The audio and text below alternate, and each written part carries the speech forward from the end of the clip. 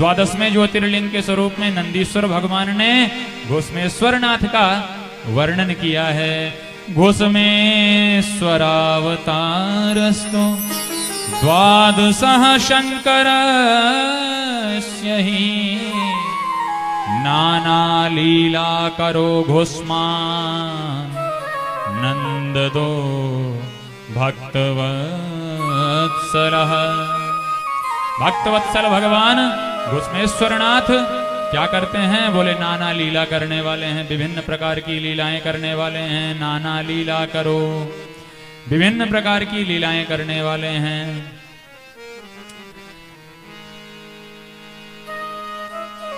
एक भक्त हुआ घुस्मा, घुस्मा नाम का एक भक्त, जिस घुस्मा नाम के भक्त को प्रदान करने वाले हैं, कल्याण करने वाले हैं। दक्षिणस्याम दिशि मुने देवशैल समीपतः आविर्बभूव सरसी घुस्मा प्रियकरः प्रभु। दक्षिण दिशा में देवशैल के समीप स्थित सरोवर में घुस्मा का कल्याण करने वाले भगवान शिव घुसमेश्वर ज्योतिर्लिंग के रूप में प्रकट होकर के भक्तों पर कल्याण करते हैं। इस तरह से सुदेहा मारितम घुस्मा पुत्रम शाकल्यतो मुनि तुष्टस्तद भक्तितः शंभुर यो रक्षत भक्तवत्सलः।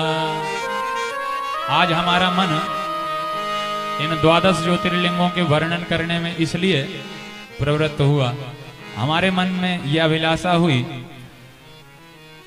कि प्रायः हम सब द्वादश ज्योतिर्लिंगों के नाम भी नहीं जानते, द्वादश ज्योतिर्लिंगों के नाम भी याद नहीं होते।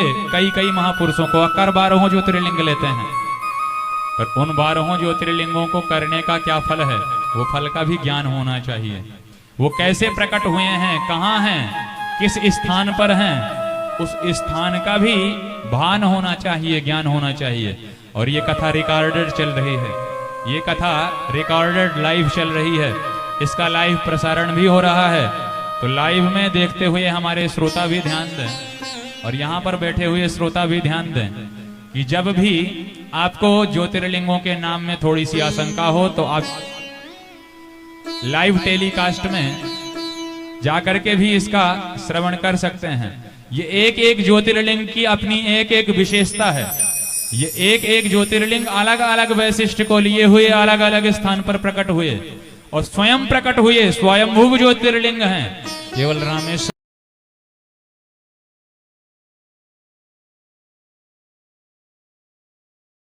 रामेश्वरम को अगर छोड़ दिया जाए तो बाकी के ज्योतिर्लिंग स्वयंभू हैं, स्वयं प्रकट हुए हैं भक्तों के ऊपर कृपा करने के लिए। इसलिए शतरुद्र संहितांतर्गत ज्योतिर्लिंगों का वर्णन करते हुए इन 12 ज्योतिर्लिंग की चर्चा हमने आपको विस्तार पूर्वक इसी हेतु से सुनाई, क्योंकि प्रायः हम सब 12 ज्योतिर्लिंगों के नाम भी नहीं जानते। तो अवतार के क्रम, अवतार के स्थान और अवतार के महत्व को तो क्या ही भला जानेंगे। इसलिए आप सबको जब भी किसी भी प्रकार की आशंका हो तो व्यास वाणी में हमने एक एक अक्षर का वर्णन करके इन 12 ज्योतिर्लिंग के प्राकट्य स्थल का, प्राकट्य महात्म्य का और प्राकट्य उद्देश्य का, क्योंकि कोई भी भक्त प्रभु कोई भी ज्योतिर्लिंग बिना उद्देश्य के प्रकट नहीं हुआ। हर ज्योतिर्लिंग का कोई ना कोई उद्देश्य है।